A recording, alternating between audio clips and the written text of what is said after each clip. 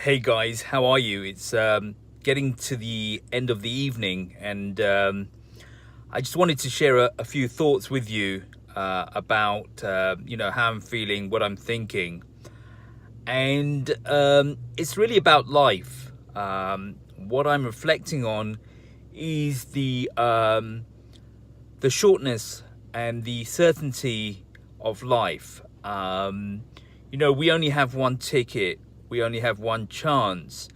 And it really is a journey for us to be able to try and express the highest of ourselves. But there is a process to that. And that process is about creating certainty and what I mean by certainty is the certainty in the reality of yourself. And what does that mean?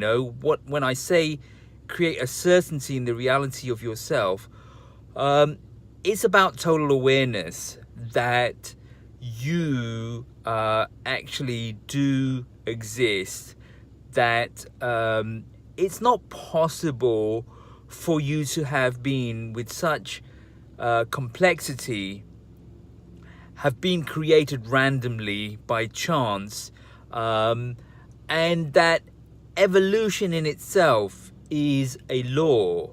If there is a law that says only those who survive are the ones who are most adaptable, and it's the fittest that survive, then if that is a reoccurring law, it's a consistent event, then that has a property. And that property cannot have been existing randomly.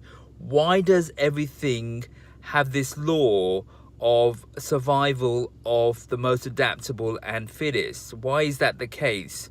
How is it that such a consistent law? If it is, then there's a property in that, and that property means that there is design. We don't get properties and certainty out of uncertainty.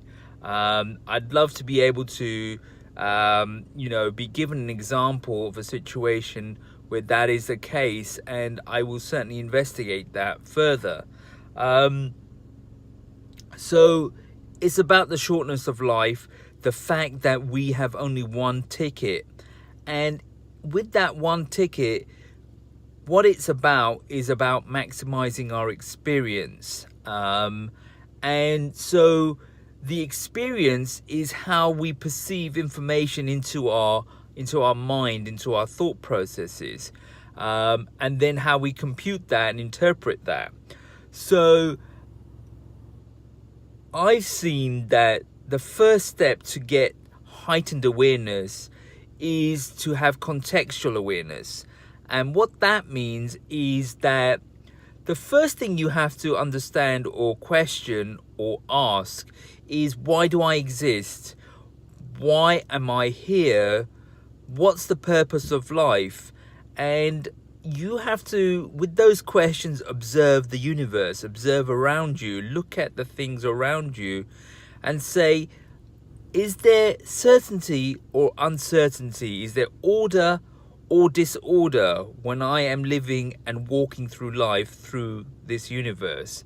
And those observations, your thinking will answer for you the questions that have been posed, and you'll have your interpretation. For me, I believe personally that when I observe the universe, when I look around, there is order, it's not disorder. And if there is order, then there has to be an order creator, a conscious creator of that order. Properties, the laws that of the universe, if you say there's a law called the law of evolution, which is currently the theory of evolution, and then there's all these physical laws, they exist in the stratosphere, in the atmosphere, in our thinking, wherever thought is held. And so it's in the unseen, but we are able to pluck and pick it in terms of you being able to hold it as thought in our minds and then work with it. So, when I feel or when I become aware of the fact that there's a higher power that exists, that organizes, I try and connect to it. And when I try and connect to it, I raise awareness of the higher power in my thoughts. And that's how you pray. That's how you connect. For me, the definition of prayer is an awareness of the higher power in your thoughts and your connections to that awareness in your thoughts. That's what prayers are.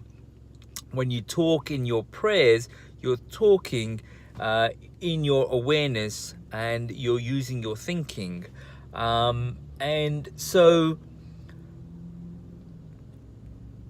when you connect and then you are aware, and then when you become aware of your own existence, in the same space, you also become aware of your mortality, your death.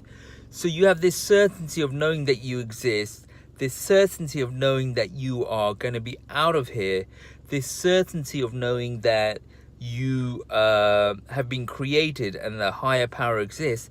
And your journey is to connect to that awareness and get to such a present state of that awareness that you are in a state of what I call humility, of nothingness, where that realization of the omnipotent, omnipresent, the most powerful, the higher power, it subdues you, it kind of makes you recognize your insignificance.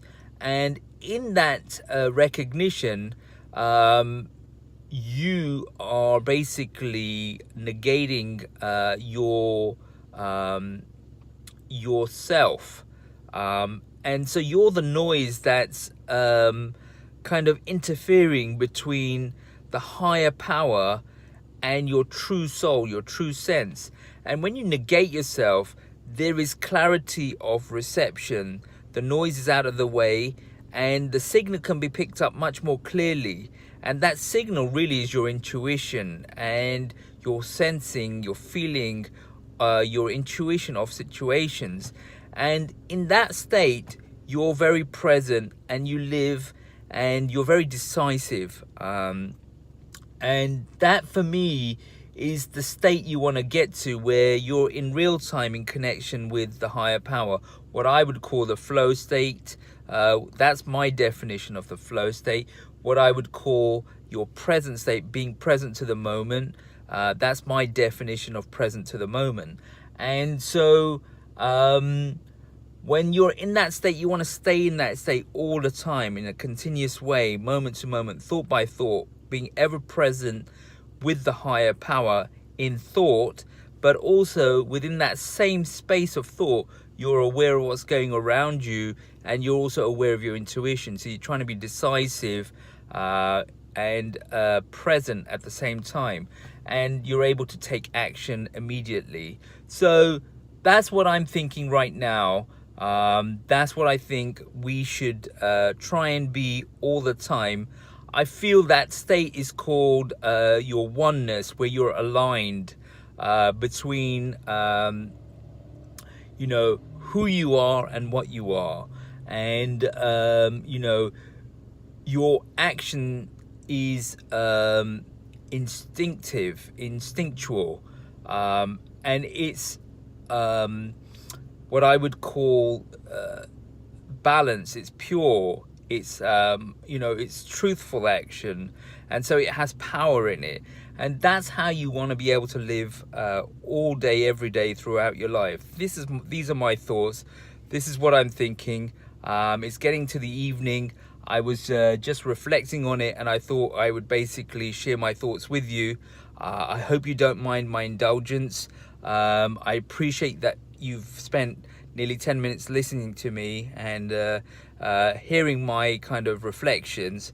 And I really value the attention you're giving me. I hope I'm able to give some sort of value back to you, help you, give you some sort of insight from my thinking that might help your thinking in terms of the direction you want to go with in life. And like I said, we've only got one ticket, so if we can share knowledge and experiences and enlighten each other, it's a fantastic thing. It's not a bad thing at all. Talk to you soon.